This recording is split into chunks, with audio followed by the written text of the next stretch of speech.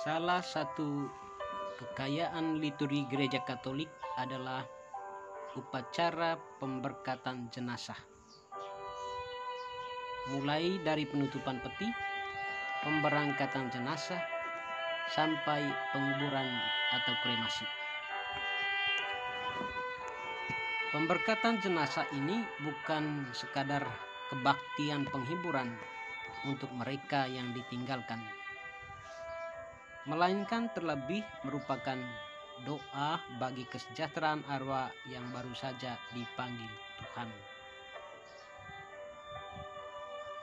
Dasar biblis doa arwah dapat kita baca dalam 2 Makabe bab 12 ayat 38 sampai dengan 45.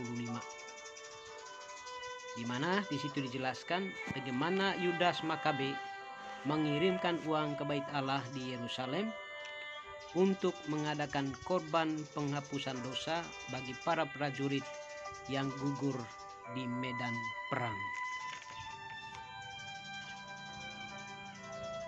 Ada 5 makna upacara pemberkatan jenazah dalam Gereja Katolik.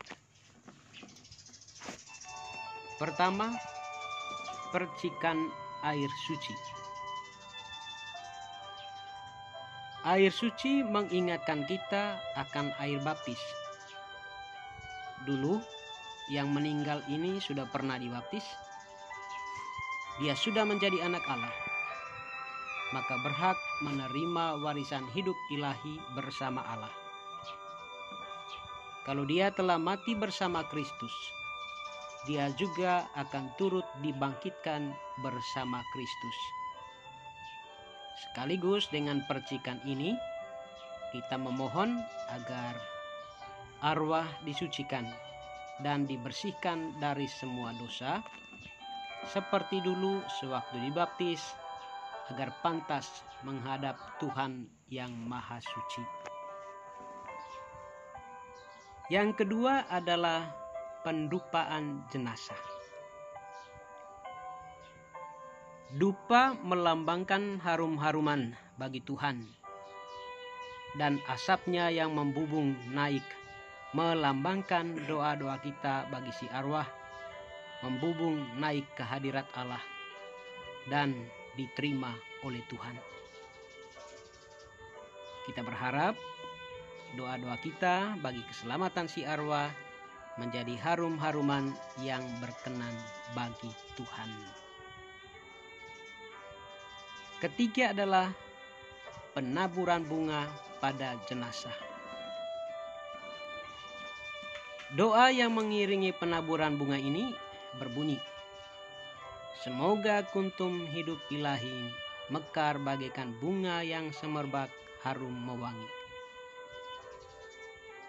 Artinya kuntum hidup ilahi diberikan pada manusia sewaktu diciptakan.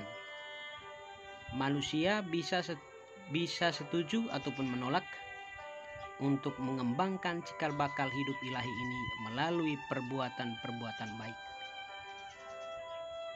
Allah sungguh menghargai perbuatan baik dan kasih yang kita lakukan.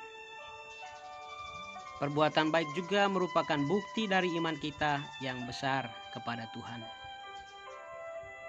Bunga yang digunakan biasanya kembang telon atau bunga 3 macam warna yang melambangkan kesatuan iman kita dengan iman yang meninggal, yakni sama-sama beriman akan Allah Tritunggal. Keempat adalah penaburan tanah. Tanah yang diberkati dan ditaburkan ke makam biasanya tanah yang diambil dari rumah kediaman yang meninggal. Bisa juga langsung diambil di tanah tempat kuburan. Tanah yang ditaburkan ke makam mengingatkan kita semua bahwa ketika mati kita akan kembali ke tanah. Sebab manusia diciptakan dari debu dan tanah, sedangkan jiwanya kembali kepada Tuhan. Dalam iman kita, suatu hari kelak kita semua juga akan turut dibangkitkan bersama Kristus. Tentu saja bukan tulang belulang atau abu kremasi yang dibangkitkan, melainkan tubuh rohaniah. Nanti baca dalam 1 Korintus bab 15 ayat 44. Di situ dijelaskan apa maksud dari kebangkitan kekristenan itu, kebangkitan murid-murid Kristus. Yang kelima, pemberian tanda salib. Jiwa yang segera menghadap Tuhan itu akhirnya ditandai dengan tanda kemenangan Kristus, yakni salib.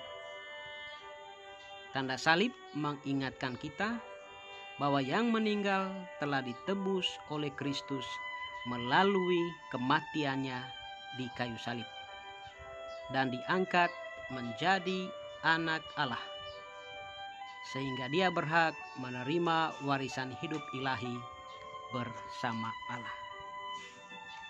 Jadi itulah 5 poin atau 5 makna dari upacara pemberkatan jenazah. Yang pertama, percikan air suci. Yang kedua, pendupaan jenazah. Yang ketiga, penaburan bunga pada jenazah. Yang keempat, penaburan tanah. Dan yang kelima adalah pemberian tanda salib. Sekian.